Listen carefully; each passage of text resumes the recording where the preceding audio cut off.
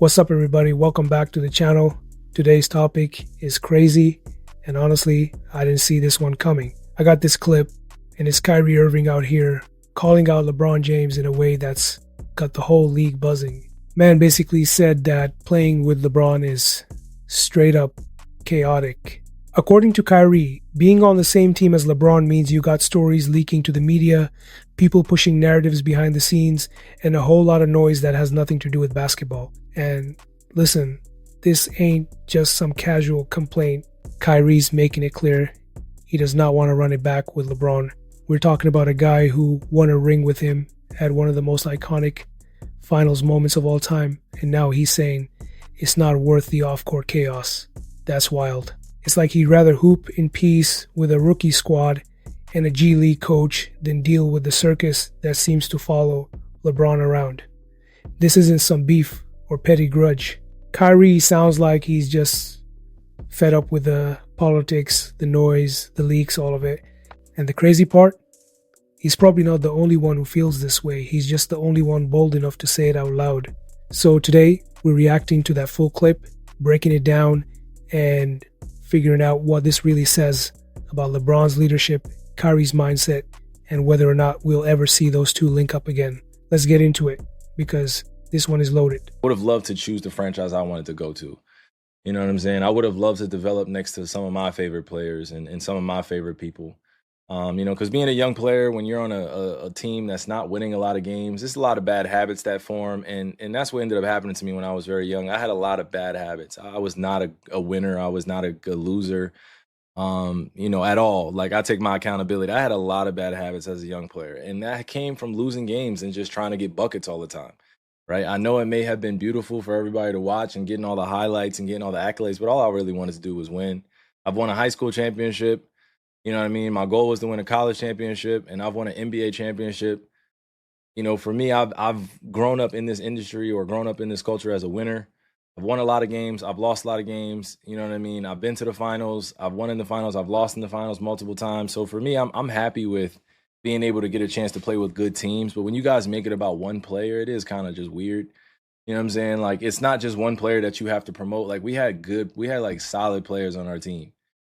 And I probably took that for granted more often. Like, when we were really good, I was like, damn, we're actually pretty good. We got a lot of veterans. We got a lot of people that commit to it. But when you're playing with somebody like Bron or somebody that you guys like to compare him to, it's a different animal. It's a different journey. You know what I'm saying? Like, you're automatically expected to be at the top of the charts, the top of the league.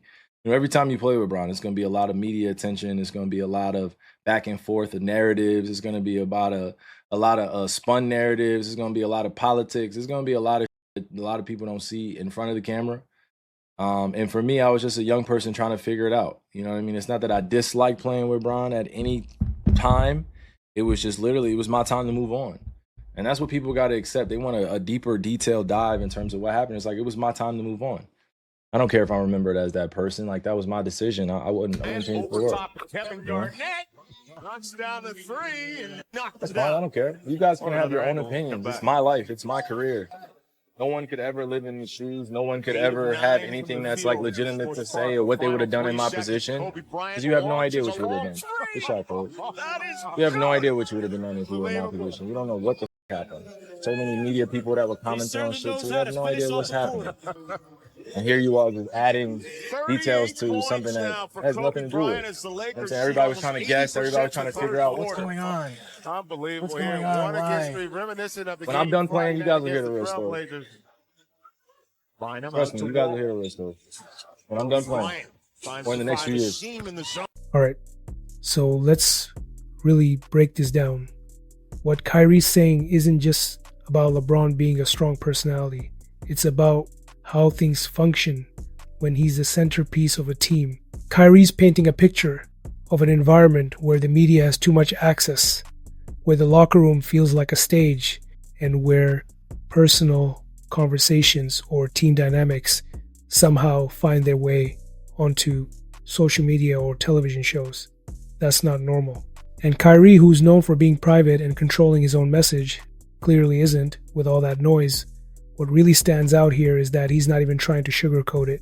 This isn't a "we had our differences" type of answer. This is him saying, I'd rather not play with LeBron again. That's big, because this is LeBron James. We're talking about a guy most players would jump at the chance to team up with.